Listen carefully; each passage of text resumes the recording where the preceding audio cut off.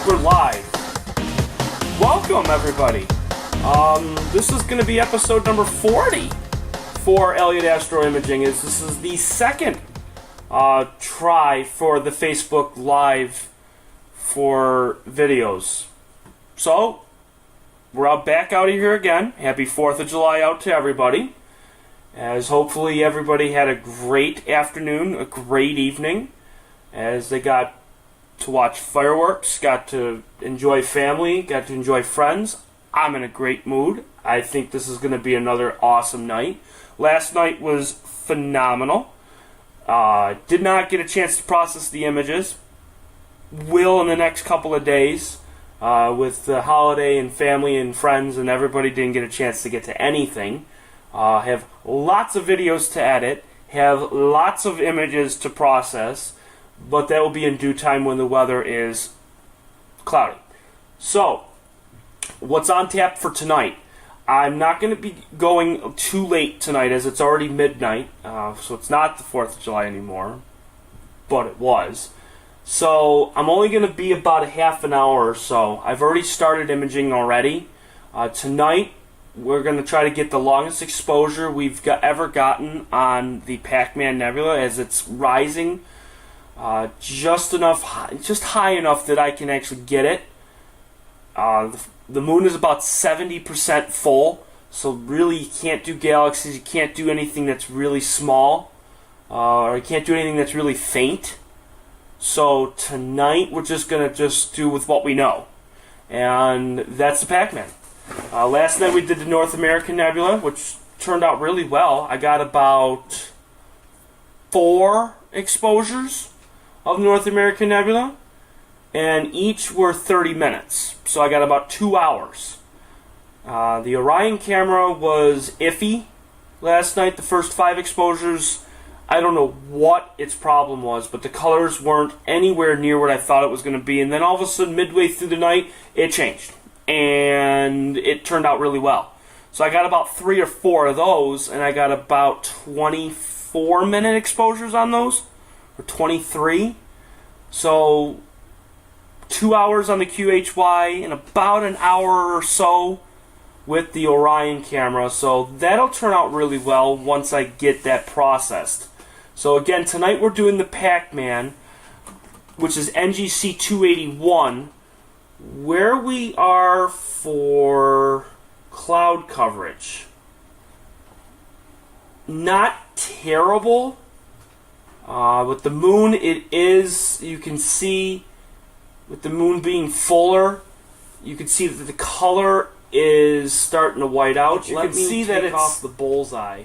Kind of washed out a little bit. Because the moon is so bright. But that shouldn't be too much of a problem. With the Orion camera, we're at 9:30. We're tonight at 12:60. Which is, this is going to be about a 21-minute image. Where the Pacman's going to sit, it's going to be right here. So this thing's going to be right there, dead center for the actual image itself. Well, not dead center. It's going to be pretty close. It's going to be right here. So that's not going to be too bad. Where it's going to be on the QHY is, it's going to be, where is it? Right here. So not terrible. I did move it just a slight bit just to see if it was going to move left or right compared to the QHY. But it's going to be right here. So that's not going to be too terrible. So we'll see what it looks like. This one's just about done. This is going to be a 1080 seconds. Can't remember exactly what that is. Let me just take a look. Can't do math in my head. It's been a long week. 1080. Whoops. And you're probably screaming at me, it's 18, it's 18. It's 18 minutes. So this is just going to be an 18-minute exposure. Not the 30 minutes like we've gotten before, but with the moon being what it is, I probably won't be able to stretch these as high as I can with the exposure time. So the next few nights, if it is clear, the next few nights are going to be pretty bad for long exposure photography for pretty much anything. It's going to get at about 30 degrees above the horizon right now. I think it's about 24, I think. Let me see. Let me see what the Pacman is right now. And before I do that, let me move this down. Can you fit to window? And then crank the histogram because this sucker's going to be bright. And where the Pacman is, let me just see.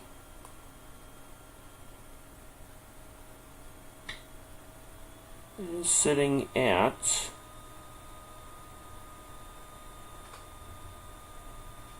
about 27 degrees above the horizon, so that's not terrible.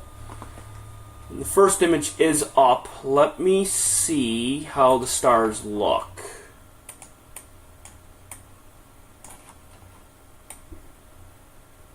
Not terrible. Not terrible at all. And it's going to be right here. So let me crank the histogram. Crank it over here.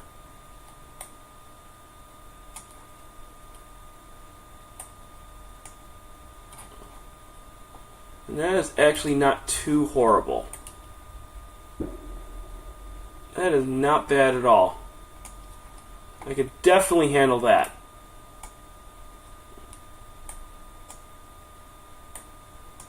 And this is it right here. You can actually see it right here. So that is actually not bad at all. Now you're going to get this circle here like this. The reason being is because I'm cranking the the histogram so much that I wanted to see where the nebula is on this. This will go away with flats and darks and biases, so I'm not worried about that. I just wanted to see where it is, and it's right there, and we're in good shape with that. So that is really good. So we are in great shape. Let me bring that down. So that's perfect. Let me check. Okay, I'll go this one. This one should be just about done too. What I'm going to do is I'm going to use the zoom on this. Probably do zoom of 1.5. Won't be as much. Right there. So then this way we can see what it's going to look like. Move the histogram here. And we got about another minute and a half before this one is over. Alright, so we got about 40 seconds and this one should be done. So hopefully this one will look really well. I'm hoping. And it's not going to screw up like it did last night. I'm really hoping. We don't have the fast readout on like we did in the beginning, so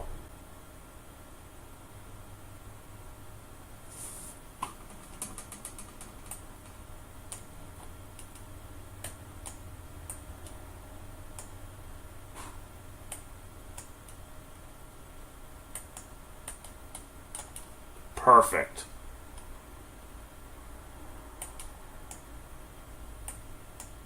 I know with the moon it's not going to be absolutely phenomenal, but that's actually not too bad.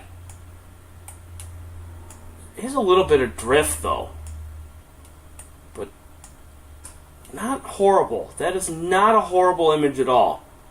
I can definitely take that. Could have moved it up just a slight bit, but not terrible. The image will probably get darker as the night goes along because it's going to get higher and higher. And then, of course, as I said before with the moon, it will affect the actual image itself.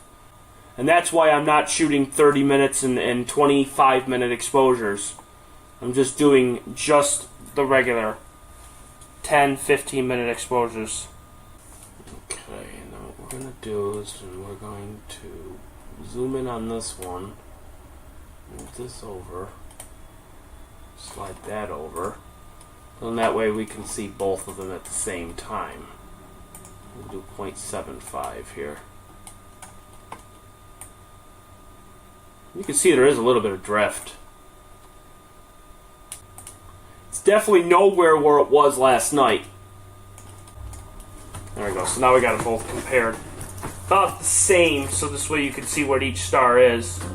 The one on the right, it's really blown out only because I wanted to get the actual nebulosity on the right-hand side. But I think once we stack it, I think it'll look a lot better. How's guiding going?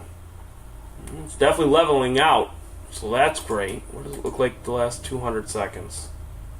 Not bad. 400 seconds? Yeesh. Was a little bit of a problem here.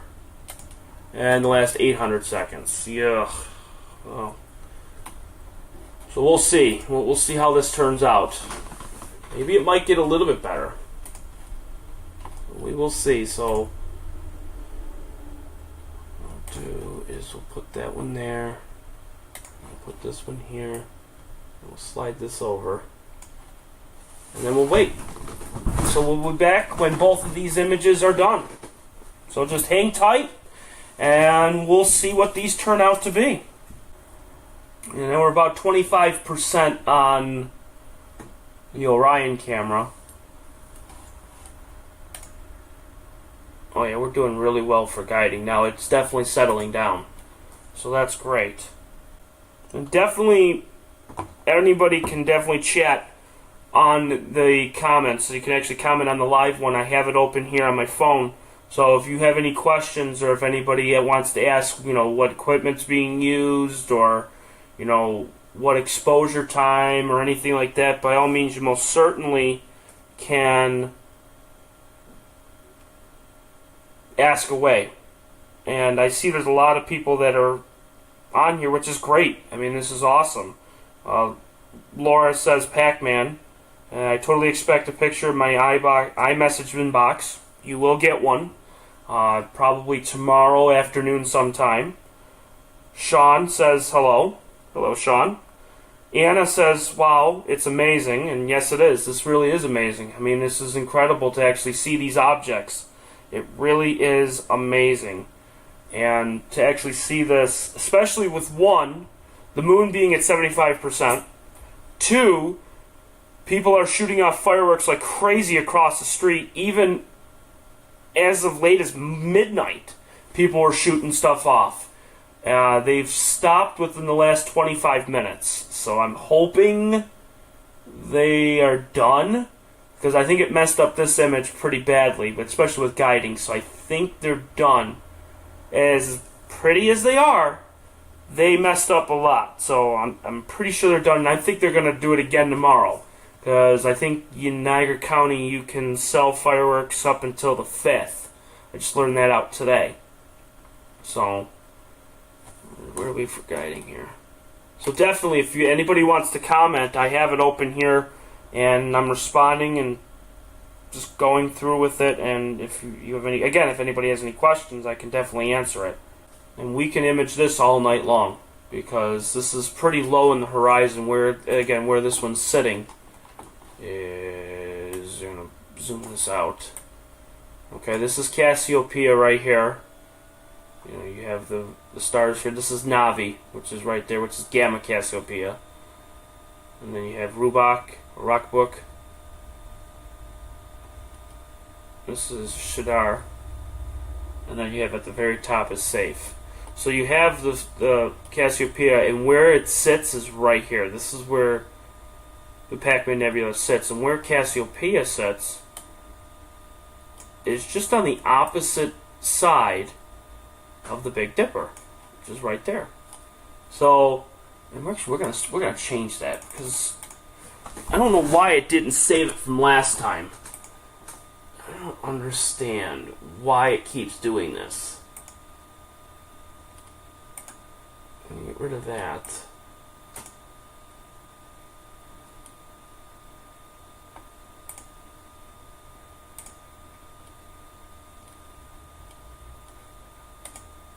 That's what I want. I don't know why it keeps doing that. I gotta save it for some weird reason. I have no idea. And Laura says Cassiopeia #favorite. Yes, it is. It is an unbelievable constellation. I think it's, in my opinion, it is the second favorite. In my opinion, my favorite is Orion. The reason why I like Orion is because when you see it, you know it's wintertime. And that crisp feeling when you walk outside and you can just look up and see all of those stars, and it's just so recognizable. Cassiopeia is good because you know that summer's here. So you know that when it's starting to rise up, it's May and June. So it is really nice. And then when you see the Big Dipper, you know that fall and summer, or fall and winter are coming. So Cassiopeia is really good. And also where it sits is all these galaxies all right throughout here. So it's like right there. It's like right in the heart of everything. So it is really, really cool. It is really amazing. And then you have some great objects around Cassiopeia. There's two nebula right next to Navi, IC59 and IC63. I've gotten those in the past. I can get them again later this summer, and I'll be more than happy to do those too. You have SH2, which is a planetary nebula, which is off of there. You have VDB1. I did get that one last year. That was amazing. SH2 173. That's another emission nebula I can definitely get. So there's a bunch of them that follow along here. M103, which is a multiple star cluster. So that one's a good one. So there's a bunch that I can get around this. It is a great constellation. I could even, at one point, I think, I will get a mosaic of the entire left to right of this entire constellation, and I could probably get that in probably later this summer, and I can get it in hydrogen alpha from here. So definitely really good. It's about 70%, and that's at 91, so we're just about there. And guiding is a dream right now. We are flying through now with guiding. I'm going to talk a little bit about with this. So here's a lot. I send this picture to a lot of people, and they wonder, well, what is this? I don't understand. There's a green and there's orange and everything. What this is my finder scope right here, and you see all the stars here. I matched this scope with my actual scope, and then the second one. So what I see on this one is what I see on my other two, so that way everything is all aligned and pinpoint. And then I just pick a random star. Not the brightest one, like you can see this one is super bright, these are super dim. I pick one that's decent. So, and then it calibrates it, and that's what you see on the bottom here. It's hard to see, and actually what I'll do is I will bring this down to 1. I know this looks crazy, but there's a white line that is right here that follows right along here. And with this white line is the center line. That's absolute 0. And if you have 0 on both, then you're guiding, and you can guide forever. So the mount, what it will do is you have to get it exactly polar aligned. And if you're off by oh so much on each direction, left, right, up, or down, your mount, which is the guide scope, will actually it'll actually correct it. So if you're off by 0.2 of an arc second, it will actually push the mount the other direction. It will actually make it even. So yes, it helps to be polar aligned, and this image finished. It actually looks a lot better. That looks a ton better. I heard it click. That one's still got a little bit to go. But what I was saying is that the mount will just overcorrect it, and that will make it as even as 0 as possible. The closer you are to be polar aligned, the less the mount has to work to correct it. So right now, according to what this is here, it's running on an increment of 2 seconds. So this camera is taking 2-second exposures of the sky right now. And you're seeing stars that are ranging from 5th magnitude all the way down to maybe 7th magnitude, maybe even 8th. And it's just taking a continuous exposure one by one. And then what it does is it's actually calculating where it is for how much it's moving. And then you can see you got your right ascension, your declination, that's with the mount. And then you have your pixels, which is 0.15 and 0.09. So that's the error on the mount, and then you have your arc seconds, which is here. And I was telling somebody a couple of days ago of how amazing 0.4 or 0.3 arc seconds really is. The moon, the full moon, which will be in the next couple of days, which you'll see in the sky, is 1,800 arc seconds in diameter. So if you could take 1,800 arc seconds, and I'm only 0.4 of that 1,800. So it's amazing to think that that's how much of an error I'm at, and it corrects it to almost absolute zero. Is incredible. And on the top right, you can see this is a magnification of what you see here, so you can actually see the star in real time and how close it is to this crosshair. And you can see it moves just so much. As I got the mouse right on top of it, and you can see it, that it just barely moves. And even this little tiny movement that you see there doesn't affect the image at all. It would have to move to be like about here. Like if you see the red crosshair here, or here, or here, or over there on the bottom, then you're going to start seeing drift on the actual image. But other than that, you will not see anything on the image at all. And these stars will be pinpoint. But when you hit the 400 increment, you could see that it was really bad right here, and it was one over here too that was really bad. So that's what happens with this. And then I have the bullseye, and what this shows is the red crosshair is the real time of where the star is in comparison. So this is an even more magnified of the crosshair of where the actual star is based off of the arc seconds. I have it sitting at 1, 0.75, 0.5, and 0.25, and then where the star is according to the bullseye. And you can see that it's hitting between 0.5 and 0.25 on a consistent basis. Yes, it does go out to be about, as I said, 0.75, but it's not a huge deal. And you can change it to, for 400, you can see where all of them are, or you can just do the last 50. You can change it outward to 4, or you can bring it in to see where it is. I like to keep it at this because 1 arc second is usually the best, and then it just does an average. So that's PhD 2, and this is where everything happens. And I'm going to do an instruction video later on PhD 2 for the actual settings on the bottom. That's for more advanced users. This is in case if I send a picture out to somebody and they go, "What is this? I don't understand this." Now you know. Now you know exactly what this is. When I send you, I'm in an error of such and such. That's incredible. And I'm seeing a lot more people have just as good numbers, maybe even better than mine. And that's incredible. It really is. We're just about done with this one. We got about a minute and a half left on this one. This is going to get darker, so we should be able to start seeing more of the actual nebula and less of the stars. And when this one's over, I think what I'll do is I'll end the broadcast. I only was going to do about a half an hour, 45 minutes, just to see a couple of images, go over PhD 2 a little bit, and then just end the session here. By all means, anybody can message me if they want. If they want to watch this while I'm doing this, I can always video message anybody, and then we can watch things live as I'm out here. I will edit this video later on tonight / tomorrow morning, as I have a bunch of stuff to do over the next couple of days. I got way too much work to do. But I will get that stuff out and I'll put it on YouTube.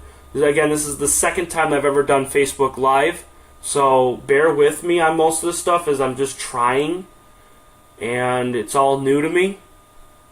So let me know how it goes and how it is and how the quality is, because I didn't even watch last night's video. I have no idea. So we'll see. Well, that got really dark. Whew! Yeah, that got a lot better. What do you think, everybody? What is that? How does that look? I think that looks really good. Stars look pretty darn good. They're bloated because I just went nuts. Went nuts with the exposure. But that's really not bad at all. That is really, really good. I'm really impressed with that. I can't wait to see what this is going to look like when I stack it. I want to get at least 4 or 5 of these. So I'm going to end the broadcast. Again, this is just a really short one. We're at about 32 minutes, and that's pretty much all I can really do tonight because it's 1:45. I'm going to be out here till about 2 a.m. tonight, or this morning. I was out here till 3 last night. And I'm going to be out here just as late tonight because seeing in transparency is phenomenal tonight. So I'm going to take advantage of this as I gotta get some more images. So I'm going to end the broadcast. I want to thank everybody for watching. Please make sure you hit the subscribe button and the like button. I don't know. I have the subscribe button on my website. If you go to elliot-astronomy.com, go right to my website. You can hit the subscribe button from there, and then you can like all the videos from there. Again, this one will be put up tomorrow/Monday. Or wait, today's Tuesday. I'll have it up by Thursday. So everybody have a wonderful night, and I will talk to everybody later. Bye.